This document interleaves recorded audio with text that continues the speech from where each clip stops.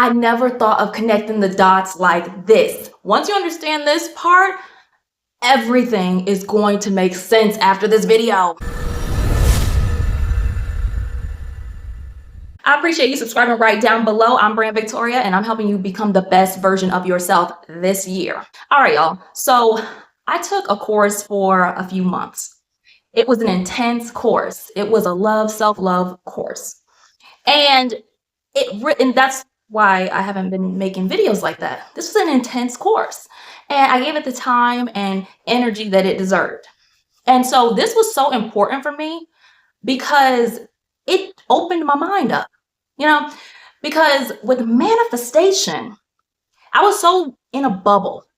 I was in a bubble with, okay, well, you manifest abundance, you manifest your desires, you just manifest it. It was just more in a spiritual sense. And this opened my mind up, or opened me up more, because it's like, I never really looked into self-esteem. That is such an important role in the whole manifestation process. When you get so stuck on the terms, like, because does this happen to you? Where you're looking up manifestation videos, manifest money, manifest abundance, manifest love, manifest all this different stuff. But you never go and look at more of the back end. What are you supposed to be doing on the back end when it comes to your confidence and your self-esteem? Because I never looked into that. It didn't occur to me. The word self-esteem just did not come up for me in all these years. And self-esteem is so important when it comes to manifesting, because that can be the tipping point for you. In this video, I'm telling you, is probably the tipping point for you. Because when you add in that self-esteem and that confidence, you are going to take off. Now, when it comes to manifesting, we always hear about being worthy. You have to feel worthy of what you desire, right? And it's kind of vague. But being in this course opened my mind up. It's about self-esteem. If you have a high self-esteem, then you are going to feel worthy. It's not this little dance that you have to do. It's your self-esteem.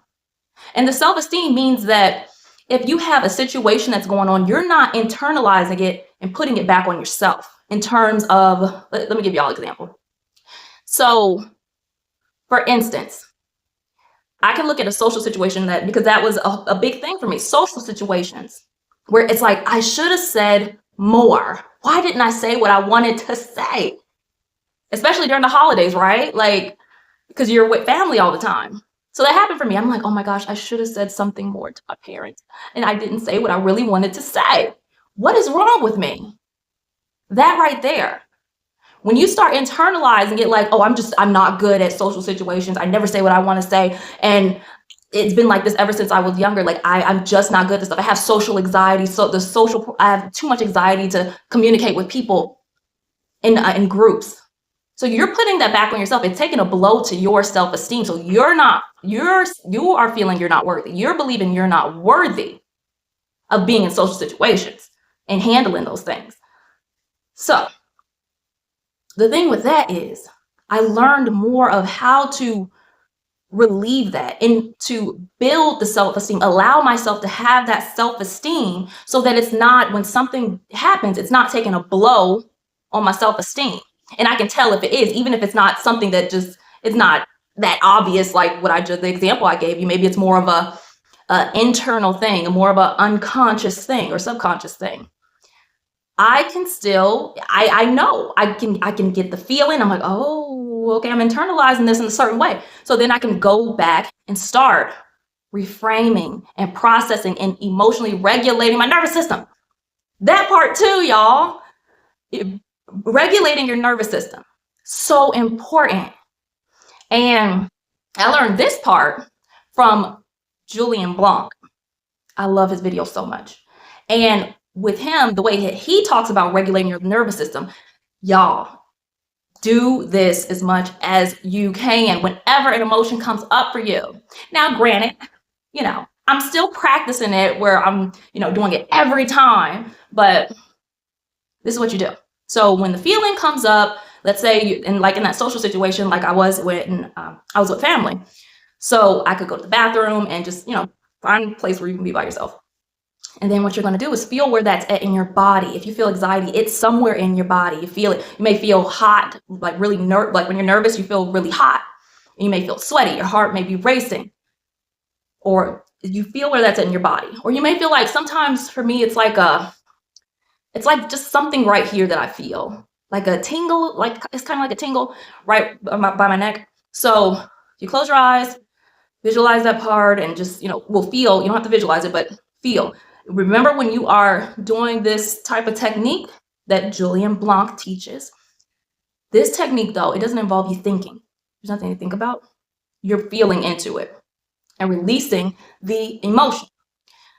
So what you're going to do is feel that part. Close your eyes. And what he says is visualize your eyes, your nose, your ears down at the bottom of your back. And so then you start breathing into it. So it's basically just taking you it's putting you in a place where you're more calm, you're more focused. So you can focus on your breathing more. And so when you do that, you take your breath in, you breathe in for 6 seconds. And then as you're breathing in, so like that part right here where I felt the tingly sensation, I imagine it coming up. And then I hold it for 3 seconds. So breathe in for 6, hold for 3, and then you visualize it coming out. So you making this kind of sound for 6 seconds and visualize it coming out. I imagine it more like a swirly thing of smoke. It's just coming out like that. So you can visualize it however you want, and then you go back in, breathe in. I just visualize it coming up again, and then just sigh it out. And that does wonders. Before I used to think breathing techniques, it just seems too simple. Like, what difference is that really gonna make just because you breathe? And when you're younger, they tell you to, count to 3 and breathe out. Let's get real. Like, nobody really does that as an adult. Most people don't. But doing this type of technique, it does wonders. It really does bring your body back to homeostasis. And so you can release the emotion, and then you can go and process that. You can process it by start asking yourself, why am I so triggered in group social situations? Because it never works out for me. Why does it never work out for you? Because something bad happened in high school. And then why is that so scary? Something bad happened in high school because people treated me wrong. Okay, why is it so bad if people treat you wrong? Because I'm not good enough for anybody. Boom, there you go. That I'm not good enough for anybody. Ooh. So you have something that you're working with now. And when was the first time you felt like you're not good enough for anybody? Oh, when I was younger and this boy didn't like me. I really liked him, but he just never gave me the time of day. When I was in 1st grade. There you go. And then from there, you can process that. Let whatever emotion comes out, just let the emotion come out. And then you just do that emotional regulating technique again. And then you can reframe it. Day by day, I'm realizing that I'm good enough as I am. And that's how you do it. And oh my gosh, y'all, the peace, the emotional, the regulating your nervous system thing, that was a game changer. Do you do that? Or are you going to start doing that? Because it is a beautiful, beautiful, beautiful, emphasis on beautiful thing. So I advise you to try that. Not try it, do it. Nothing to try, do it. And I appreciate y'all for watching this video. I'll get more into what took place and what came up for me in those few months that I did that course. Let me know. But also, I just want to know, what did you get out of this video? How are you viewing your self-esteem? Is your self-esteem low? Is it high? Is it mid-tier? What is it? But I appreciate you subscribing right down at the bottom, and I'll see you in the next video.